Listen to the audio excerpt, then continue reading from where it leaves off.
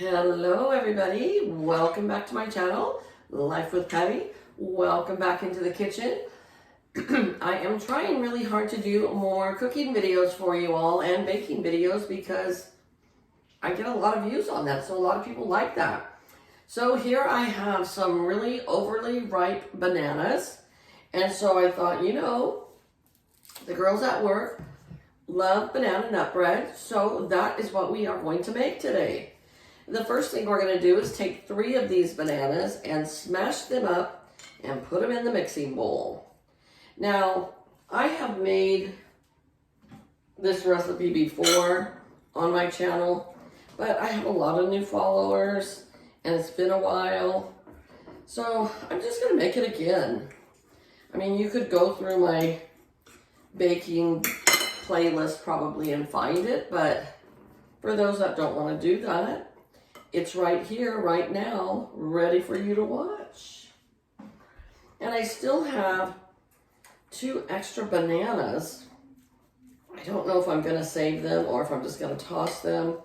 But I could also make some banana walnut pancakes.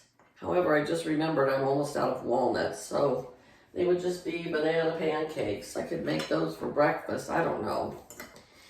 Usually, this is Sunday, but this isn't going to go up till, I think, Wednesday. I'm going to post this. And usually during the week, I don't make big breakfasts. I just usually make my husband a bowl of cereal or something. And I don't have breakfast until I get to work. I just have a snack. I'm not a big breakfast person until about 10. I'm more of a brunch person is what I am. All right, so there's 3 smashed bananas right there.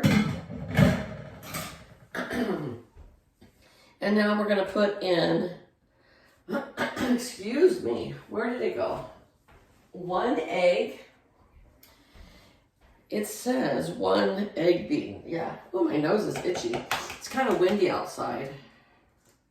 1 egg, and then 3/4 of a cup of sugar. So we have the granulated sugar here. And I know people ask me, like, can I use a sugar substitute? Or, yeah, I don't really know. I don't know how to do that. So that would be another channel you'd go to if you want to know how to make sugar-free banana nut bread. Sorry, guys. Itching my nose. All right. We're going to put this on my handy-dandy little blender here. Let it mix. And then I also have here 1/3 of a cup of butter melted. And I'm going to add that as well. I did this a couple minutes ago so that it could cool down because I don't want it to cook my egg in there, but it's still melted, okay? All right. So now that that is all mixing together, wonderful, we're going to add 1 teaspoon of baking powder and 1 teaspoon of baking soda. And I have my oven preheating to 350 degrees right now. So 1 teaspoon of baking powder and baking soda. There we go. I don't even know how many times I've made this recipe. I've made it for the fair. I've made it many, many times. Okay. And then the last ingredient, well, second to last, is 1.5 cups of flour. All-purpose enriched flour.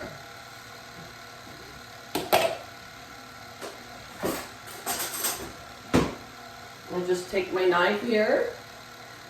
And now these make great muffins, and we level it off like so. These make great muffins, or a banana, it makes 1 bread, okay? So if you want 2 breads, then you just simply double it. 1.5 cups of flour.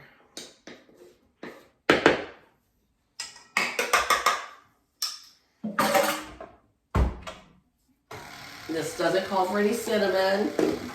And believe me, like I said, I've made this recipe so many times. It's always a no fail, always goes through.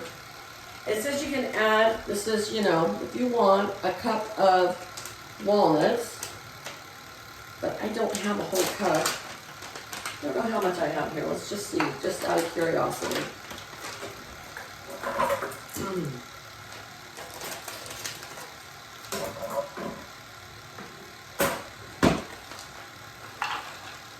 Well, we have about a half a cup there. That's okay.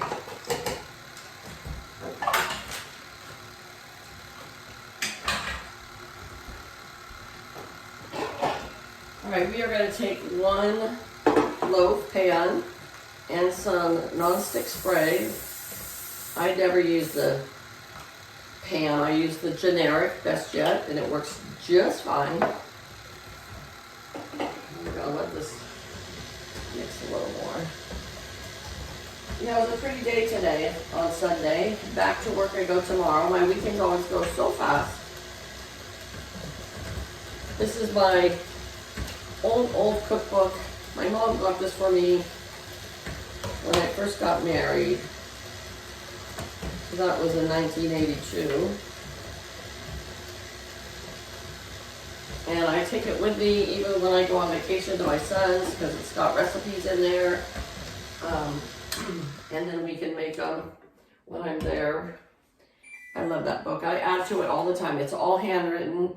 Any kind of like recipe that I want to put in there. So I've put in several recipes in there. And I still have room for more. However, like the dessert ones are full, but we'll just put it in the miscellaneous if I find something else. All right, this is ready to go into our loaf pan. I heard my little timer go off, so the oven is all preheated. And this is gonna bake for an hour.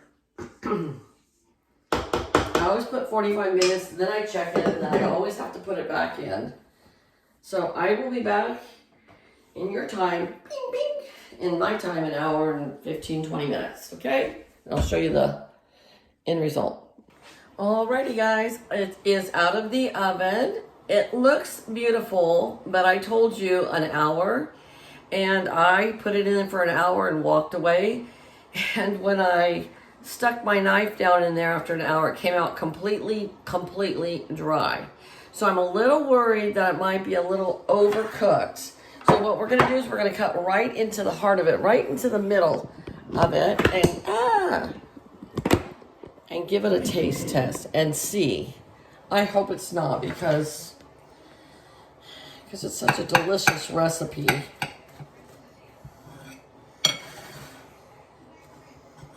All right, we're gonna pull this apart. Look at how beautiful. It is still very warm. We are going to cut a little piece off here. You know, now if it is overcooked and it's a little dry, I'm still gonna eat it. I'll just slap some butter on that bad one. Yeah, it looks like it's gonna be a little dry.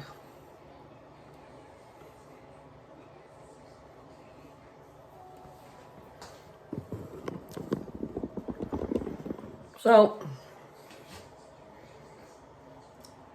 it's probably going to be a little dry once it cools down, but it has great banana flavor, and so no loss, you know.